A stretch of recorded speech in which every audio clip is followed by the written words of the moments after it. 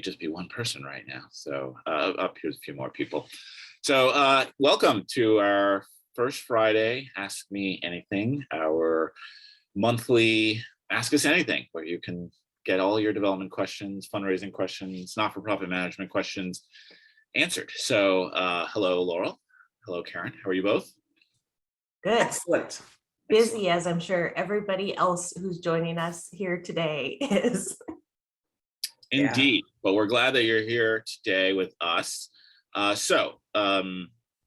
If this is new for you, you can type your questions, preferably in the Q&A section, but you can also put them in the chat or make any comments you want in the chat. But it'll be easier for us to keep track of questions if you put them in the Q&A. So we do have some emailed in questions that we'll start with, but hope you'll type any other questions that you have in the Q&A. So Laurel, what's our first question? Yeah, actually, both of our questions that we got by email ahead of time were both campaign questions. I was curious if we would get a whole bunch of end of year questions. We'll see what questions all of you who are on the call have today. But I'll start with this one from Danielle, and she's curious about organizational rebranding and a campaign. She said some like to use the celebration of the close of the campaign to launch a rebrand. Others do it as part of the strategic plan before the silent phase. And of course, there are some who do it midway. What is your opinion on best timing?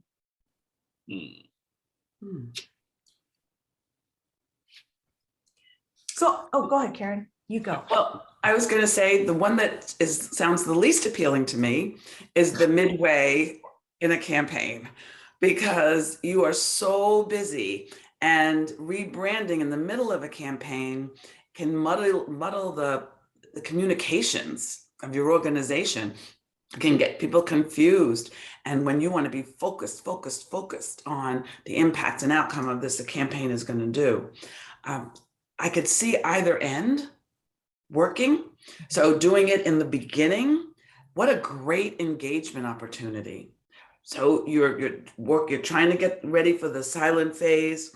You're busy testing your case for support. What a wonderful time to test brand, to test, it's another reason to visit people and get them ready and excited for what's coming.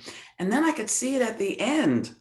We've celebrated, it's wonderful, but we don't want to lose people. We want people to still be engaged, and we want people to still be excited. So doing a rebranding at the end, not only is it helpful for your image, but it helps with your engagement, your donor engagement. So, but not in the middle. I agree. I had the same exact thoughts. And I would just say it probably also has a little bit to do with the role that the rebranding plays in the vision that you're sharing around the campaign. So, depending on how closely tied that rebrand would be to that vision, that would probably dictate whether it came before or after, and the kind of input that you want from donors and stakeholders. But yeah, I agree with Karen. Either one, but not the middle. Yes, I think I don't have much to add to that. I think those are good answers. And again, please type in any questions that you have in the Q&A or in the chat. Don't be shy. But we do have one other question that got emailed in. So Laurel, I think you have. So again, a comprehensive campaign question from Christy, and she says that they're engaged in a $5 million 3-year comprehensive campaign that includes annual operating capital and artistic excellence initiatives. To date, unless the donor has expressed interest in a particular program, their requests have been for the overall campaign. In other words, they've not specified how much will be earmarked for annual fund versus capital, etc. In this next round of solicitations, they'll be speaking with donors whose current annual gifts range from $500 to approximately $3,500. They know they want to use the campaign to grow the annual fund long term. Should they start to be more specific in their solicitations and break out how they would like to earmark the dollars? Interesting. Well, I think the first thing you want to make sure that you're doing is that you are, in fact, fundraising for your annual fund while you're doing that. And I assume the fact that they use the term comprehensive campaign, I'm assuming that means that they're counting annual fund gifts towards the campaign, and that they're doing those solicitations as well. But sorry, I've completely lost track of what the question is. So somebody, maybe Karen, you can jump in. Sorry. Sure. So the question was, how specific, as they're going to kind of leadership level annual fund donors, how specific should they be about asking? And I would say that this is a wonderful opportunity to get some ramped up annual fund gifts. If you've made, and hopefully you have, and hopefully everybody who's in a campaign does, made the annual fund one of the campaign priorities, one of the important, that you've got a strong case, you've tied it to the vision. The annual fund is part of it, so that somebody at those levels can participate in the campaign happily, excited, without that money being siphoned off. Because what you don't want is someone who's a $3,500 donor and says, oh, but I want to give to the campaign, so I won't give to the annual fund because I'm going to give to the campaign. So you really want to make sure that you've made the annual fund exciting and part of the campaign. And then I would use it as an opportunity to get that $1,000 donor up to $5,000, to get that $3,500 donor maybe up to $10,000, and make sure you have a reason. And I know Laurel and Bob can speak to this, but you got to give me a reason why I should increase my annual fund gift. Yeah, I think it's, Karen, you mentioned this kind of being the leadership annual group. And I think there's a lot of things that, obviously not to pigeonhole donors, but one of the things we know about mid-level kind of leadership annual donors is that they tend to be sustainer donors, right? They tend to be the kind of donors that really respond to messaging around, you are the people, you're the lifeblood, right, of this organization. You're the ones who are keeping our doors open. You're the ones who are making sure that we're here in perpetuity. So I think that, again, that's a really interesting way, maybe not to earmark funds or restrict funds, but it's I think a great message in a comprehensive campaign to that group of donors that kind of says, hey, your gift of 1,000, if you were able to do 5,000 a year, that would allow us to do this in perpetuity, right? And so I think that's another way to think about your leadership annual middle level. Yeah, and just underline Laurel's point, but don't restrict it. Yeah. So you can say that the annual fund accomplishes this, this, and this. You could be specific. You could be, but you're not saying, so now you're giving to the student scholarship initiative. These are the kinds of things that your leadership annual fund gift accomplishes, and you have a case for those. Yeah, but this is a great and I love that sustainer. These are the lifeblood of the donors that are so important after the campaign. Those are the folks that you still want to hold on to. And so you make sure you're stewarding them. Make sure you're stewarding them along the way. Sometimes in campaigns, we get so focused on the next ask that we forget about sharing the love. Got to keep loving those people that already gave. Well, good answers, both of you. You can tell it's Friday for me, where the brain is moving a little slowly, and I didn't have time for that second cup of coffee, but I'm gonna get back into the game. So we have another question. We're hiring an engagement professional that will focus on 4-H alumni. Also, our 4-H Foundation board is in a rebuilding phase. As this new person comes in, would you recommend focusing on overall alumni engagement or board development? Both will happen, but not at the same time.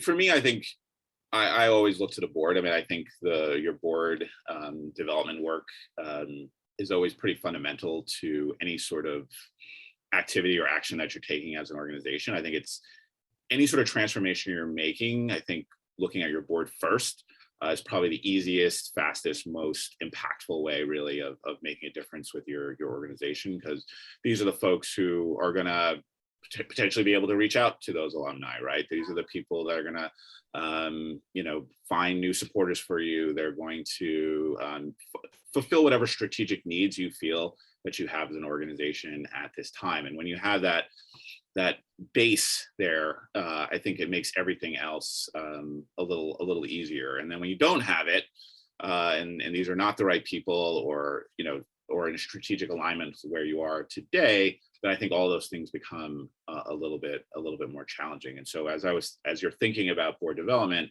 I would be thinking about how can we use the board development work to help our alumni engagement? How can we, what does that look like? Are we bringing alumni on? Is there some other way that we're doing this work? Some other way that the board can support, this other initiative? So that's where I would start, knowing nothing else about your organization or where you are. I just think, having a strategically aligned board is just really fundamental to any endeavor that you're trying. What do you guys think? I would agree with everything Bob just said, with the one kind of caveat that there's a chicken and egg thing here, right? Because in some ways, that alumni engagement is your pipeline for your board development, right? And so I think sometimes we jump to board development so quickly, and we bring people, we kind of say we need a revitalized board, and we go out and we kind of bring people on too quickly, who maybe aren't engaged enough, aren't committed, aren't passionate, aren't dedicated, don't understand the expectations, because we just want to get people in seats. I think as you're building out your alumni engagement, it's a really exciting time to think about how that group starts to become your pipeline for bringing in really passionate, really dedicated board members, to the foundation board. So, but I agree with Bob. I think you probably need a set of champions on the board who are driving this, but then recognizing the role that this alumni engagement work is going to have ultimately on building your board. And I have a question. So you said the person who put the question in said, and we can't do both. We have to do one or the other. And I understand how somebody could feel that way. Maybe you're in a very small shop, maybe it's just you, and it trying to do both feels overwhelming. But if you listen to both Laurel and Bob's answer about how they support each other, it does sound like you have to have your mind open to doing them at the same time. Because let's suppose you're doing alumni engagement and somebody really wonderful emerges, but if you haven't set things up for what is your board going to look like, what's our process, how do we onboard people, if you don't have your stuff ready, then this person is just kind of hanging out there, and you might lose them, and the person down the street might recruit them. So I think you need to think about, how could I manage these two things together, at least get the pieces in place, as opposed to maybe you can't do everything under alumni engagement and everything under board development, but don't think of it as I can only do one and not the other, because they're so, as you heard from both Bob and Laurel, they're so intertwined. I also want to I noticed, Vernon, that you mentioned that you're bringing in a new person who's going to be doing alumni engagement. I'm also not sure that that's the person who's doing most of the board development work. So I think that person can 100% be focused, zeroed in on alumni programs. And I think, assuming that you're the chief executive or chief development officer, I think the chief executive and the development officer working in conjunction with the nominating committee, the board chair, those are the people who are really focused on board development. So I think, again, I think there is an and here, not an or, and just kind of division of responsibilities. Yes, indeed. Did you want to add something, Karen? No, I had a question, but I don't know if you have another one. We don't. Right. We have one that just. Okay. No, we have a thank you. So you're welcome, Vernon. Any other questions? Please type them again in the chat or in the Q&A section. But go ahead, Karen, if you had a question. Well, I had a question this morning that they didn't send it to ask us anything, but they wrote me and said, "What does the Osborne Group think?" So I'm going to put it out there. So this young man, he reports like 2 rungs down from the chief development officer, but because of his job or relationship, they've asked him to help find a coach, a speaking coach. a presentation coach for the president, for the CEO. And he said, and I think it's kind of odd that they're asking me. He said, because I don't know if they've even told her that she needs one. And now I'm, trying to gather names. And he said, and I just know that you guys do a lot in managing up. And should I just like opt out? He just sounded a little nervous about what to do. So I told him I said, I will bring it to my colleagues and see what they think. That's an interesting. It's tricky, isn't it? Yeah, it is a tricky one. I mean, presumably this person doesn't have to go to the president with the coach and say, "I've found you this coach."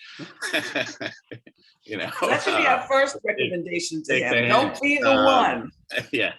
So I think he can fulfill the task put before him. Presumably it was by someone who's lower down than the president, and they can do the they can bring it to the president. But I think it's a good managing up, like sort of the broader topic here probably is one around managing up. And we do have an excellent tool on this. If anyone's interested, you can type it in the chat. But we have a strategic questions for managing up. So yeah, I think it's curious that he was asked in the first place, and interesting. Yeah, it's an interesting one. I don't know, Laurel. What do you think? I don't have any sort of brilliant answers to this, other than to kind of compartmentalize it and stay. If he's worried that there's something more going on here, to report to his boss and say, here's what I found, and kind of treat it purely as a research project and not as anything bigger than that, to kind of protect himself. Yeah, I agree. I think I'd probably go back to the person who assigned it and just really with some good questions to get clarity around, what is my role? What are the expectations for me? What are my reporting expectations? I also think the hard thing with finding somebody a coach, right? I think I would probably go back to the person who asked me and to do this and just share with them that, I've gotten a little advice. And one of the things I've heard is that, a coach is a very personal thing. I was just talking to somebody yesterday about, doctors, dentists, mechanics, hairdressers, and therapists, right? And I would throw coaches in there, right? Like those 5 things, man, you better feel like you can have honest conversations, trust their advice, and ask and push back easily, right? It's, all of those certain professionals that it's such a personal thing of what you're looking for and what's going to work for somebody. I worry that the person who's getting the coaching isn't involved in at least kind of telling him, here are the things that are important to me. And so, I think he's going to end up going and doing a bunch of research, and that potentially is fruitless because none of them are a good fit. So, I think I would probably go back to the person who assigned me that, with that kind of piece of, it would be really helpful if actually our president was at least engaged to the point where she was sharing some qualities or characteristics that would be important to her.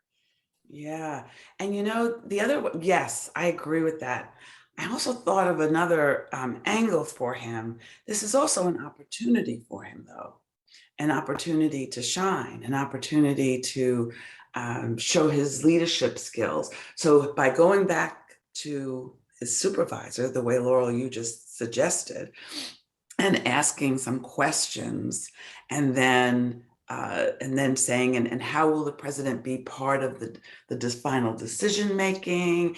And if I come up with 3 names, is the president going to want to interview? Like, what's the whole process? Would really help him shine as I'm thinking from a leadership position. I'm thinking about protecting you, boss. I'm thinking about how this all could work. So I think I'm going to, Bob, I'll send him our managing up resource. I think that's a great suggestion. And I'll share Laurel's questions to the boss and see what he comes up with. And I don't actually know any coaches. So if you guys know any, you could, and anybody on the line, you could text me some names. No, I don't know. I don't know any speaking. Well, actually, that's not true. I do know one, but he's extraordinarily expensive. So, but he's very, very good. But worth it. But He is in fact worth it. He is in fact. If anyone's interested, speakable.biz. Very excellent speaking coach. Okay, we have another question. We recently gained access to 4-H member parent data and have completed prospect research on that pool. What are some strategies to engage parents who are non-donors but have capacity? Go ahead, Laurel. Well, I'm going to go to my classic, what to do when you don't know what to do with a group of people. You ask them, and so I love the idea of potentially bringing together some small groups of parents and doing, maybe you could do some small group virtual, Zoom based just discussions around, hey, we talk a lot about doing vision meetings, which are small group introductions to your vision, getting people to have two-way dialogue about your vision. I think introducing parents to kind of the 4-H bigger vision, and then getting their feedback and having dialogue about what's inspiring and compelling to them about that vision. How would they see themselves getting more involved? I think what's interesting, especially about parents for youth serving organizations, is they only typically see the organizations from like their child's experience, right? And so I don't know that a lot of parents even know always the breadth and the depth of the vision that you have for your communities, for your states, for the country. And so I would be really interested to bring them together and do kind of a vision meeting with them. That would be probably the first place that I would start. It also sounds like a great, so vision is a great one. Making it issue oriented is another way, right? 4-H, you're in the business of solving a problem. You're in the business of really helping our youth be ready to lead, and with climate change and all the things that would fall easily in your purview. What a great time to have a issue conversation. What do you think is needed? What's going on out there? What are the issues you're worried about with your children? And then, here's what we're trying to do in that space. The danger with parents is that they do only look at it from their child. And so when you invite them in and ask opinions and stuff, they can quickly zero in on, well, my kid is having this, this problem. So it's just being prepared for that, being prepared for, thank you, Laurel. We will absolutely follow up with you on that. Let me take that in. We will follow up with you. Now, my question to all of you is, don't let it devolve into a, parent teacher meeting. So keep it up here. And I think it might be useful to you too to do some level of opinion research or a survey, or use these meetings as an opportunity to kind of find out, to your point, Karen, like what is interesting to them about 4-H beyond their kid, because to both of your points, you're going to be thinking about this from your kid's perspective. You're not going to necessarily even care or know about what else is happening within the organization. And we have to kind of find a way to let people see both what's happening, but also to connect it to their own kid's experience and draw that line. Like, my kid's getting this out of it, but we could be helping, and do help so many other kids, and kind of figure out, like, what is it about them, what is the value that they see for their own child, and draw that line to the bigger vision that you have for the organization. So I think we're all kind of saying something similar, but to use those conversations to kind of delve in and find out, what do you value about 4-H? What makes a difference to you? And I assume some of these kids, some of these parents maybe went to 4-H too.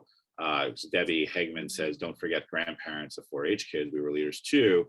And I wonder too, there's probably a subset there, right, of those parents that you might want to do something separate with. They get it, that understand it, and you could go straight to the vision meeting and straight to, the bigger picture. And then there may be this other group that is less connected that you might have to think about or do some research on or have some conversations with to figure out like what is going to motivate them, what do they find valuable about what you do. Taking a tiered approach, Bob, I like that. Really just looking at a tiered approach. The ones that are more likely to connect with us, we have access, we have a person that can invite them to a vision meeting, and then that next level, we don't really know anybody that knows them. It's further out. So doing a combination of survey, vision meeting, issue meetings, I like that. All right, we have one last question and 4 minutes to go. So in your experience, who is the best board manager on an advancement team? I mean, I think you'd want your chief development officer, to be the board manager. Things can get, one is going to be more effective, but things can go in a bad way if you have that lower level staff directly interacting with board members. They're not necessarily going to have the authority or the power to manage the board. I don't think it's particularly effective. It puts them in a strange dynamic with people that have power over them that are not necessarily, that they're going to have a hard time saying no to. Now, hopefully your board is one that totally understands their role and won't overstep their bounds and won't try to manage staff, but right, it's the perfect board. But we certainly don't, we don't want to put people in that position where they're going to both be ineffective and have a hard time saying no, and may feel caught between their boss, the other parts of the organization, and the board itself. So I think it probably has to be the whoever's highest up in the development or advancement department. Now, I will say I do have a couple of clients who are really big organizations who do have a dedicated staff position that all they do is manage the board, and they manage the board from a logistical standpoint, right? So it's a position that is they keep the notes, they keep the intranet site up and running that boards can access, they schedule meetings, but they're more of an administrative logistical manager. All of the actual relationships are managed by either the CEO or the chief development officer. Yeah.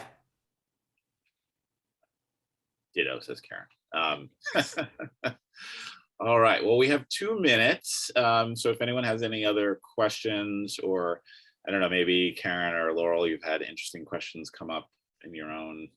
Well, I'm just really surprised we haven't gotten any end of year questions. Hopefully that means everybody's totally set with everything they're doing and everything's smooth sailing for the next. Give us some tips though, Laurel. Go ahead. But I have a couple of people who this week I've talked to who have kind of said, oh no, it's the first week of November and we haven't done anything yet for our end of year. We haven't really even thought about what we're going to do, given that we essentially have 6 to 7 weeks of time left. How should I prioritize? So I guess in 1 minute, how would you each, what would be your advice to the person who hasn't started yet? I mean, my very quick advice is start. And start at the top. Yeah. Start at the top of that pyramid. Look at who hasn't given, who gave last year, who hasn't given this year. Start with them. Think about, people, renewals, reacquisitions, probably the places that I would start.